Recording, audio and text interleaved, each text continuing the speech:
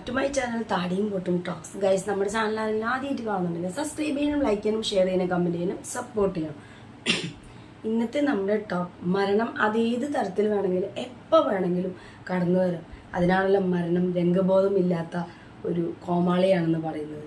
ഇവിടെ വീടിനുള്ളിൽ സാധാരണ കിടന്നുറങ്ങുന്ന പോലെ കിടന്നുറങ്ങിയ ഒരാൾ, അദ്ദേഹത്തിൻ്റെ മരണമെടുത്തത് അദ്ദേഹത്തിൻ്റെ വീട്ടിലെ ഫാൻ തന്നെയാണ്. അപ്പോൾ എന്തായാലും നമുക്ക് വീഡിയോയിലോട്ട് പോകാം. മരണം ഏതു നേരത്തും എപ്പോൾ വേണമെങ്കിലും നമ്മെ തേടിയെത്താം. പൂർണ്ണ ആരോഗ്യവാനായ കണ്ണൂർ സ്വദേശിയായ 48-കാരന്റെ മരണം ഈ വാക്കുകൾ ശരിവെക്കുന്നതാണ്. കണ്ണൂർ എട്ടിക്കുളം അമ്പലപ്പാറ പടിഞ്ഞാറ് താമസിക്കുന്ന ഐഷ മൻസിലിൽ AK മുഹമ്മദ് സമീറിനാണ് കഴിഞ്ഞ ദിവസം ദാരുണാന്ത്യം സംഭവിച്ചത്. ഉച്ചമയക്കത്തിനായി വീട്ടിലെത്തിയ സമീറിന്റെ ജീവനെടുത്തത് കിടപ്പുമുറിയിലെ സീലിംഗ് ഫാനാണ്. പെയിന്റിംഗ് തൊഴിലാളിയായ മുഹമ്മദ് സമീർ ബുധനാഴ്ച ഉച്ചയ്ക്ക് 2:30-ഓടെയാണ് വീട്ടിലെ കിടപ്പുമുറിയിൽ ഉറങ്ങാൻ കിടന്നത്. സ്കൂൾ തുറക്കുന്നതിന് മുന്നോടിയായി സമീറിന്റെ ഭാര്യയും മകളും യൂണിഫോം തയ്പ്പിച്ചത് വാങ്ങാൻ പുറത്തുപോയതായിരുന്നു. ഭാര്യയെയും മക്കളെയും യാത്ര അയച്ച ശേഷം കിടപ്പുമുറിയിലെത്തിയ സമീർ ഫാനിട്ട ശേഷം കട്ടിലിൽ ഉറങ്ങാൻ കിടന്നു. എന്നാൽ മരണം സീലിംഗ് ഫാനിൽ ഒളിഞ്ഞിരിക്കുന്നത് സമീർ അറിഞ്ഞില്ല.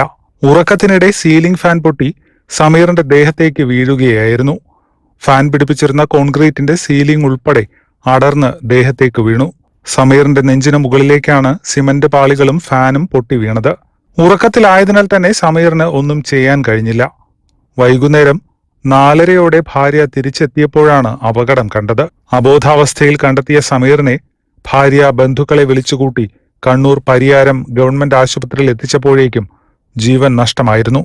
പഴക്കമുള്ള പല വീടുകളിലും ഇത്തരത്തിൽ ഫാൻ ഘടിപ്പിച്ച കോൺക്രീറ്റുകൾ ക്ഷയിച്ചു നിൽക്കുന്നതു കാണാം. മഴക്കാലമായതിനാൽ ഈ വീടുകളിൽ ദുരന്തങ്ങൾ എത്തിയേക്കാമെന്നും മുൻകരുതലുകൾ എടുക്കണമെന്നും പോലീസ് പറയുന്നു. ഇത് നമ്മളധികം കേട്ടിട്ടുണ്ടാവില്ല, ഇങ്ങനെ ഫാൻ പൊട്ടി വീഴും. ഞാൻ എപ്പോഴും പേഴ്സണലി വിചാരിക്കാറുണ്ട്, ഇങ്ങനെ കിടന്നു തുടങ്ങുമ്പോൾ ചില സമയങ്ങളിൽ ഫാനുകൾക്ക് ക്രാ സൗണ്ടൊക്കെ കേൾക്കുമല്ലോ തിരിയുമ്പോൾ.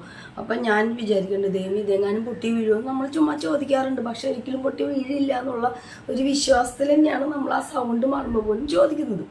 പക്ഷെ ഇത് പഴയ ഒരുപാട് നാൾ പഴക്കമുള്ള പഴയ വീടുകളൊക്കെ ഉണ്ടാവുമല്ലോ.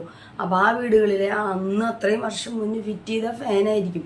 അപ്പോൾ അതിൻ്റെ ഈ മഴക്കാലമൊക്കെ ആകുമ്പോൾ ഒരുപാട് വെള്ളവും നനവും ഇതൊക്കെ തട്ടി ഇത്രയും വർഷത്തെ പഴക്കം ഉണ്ട് താനും.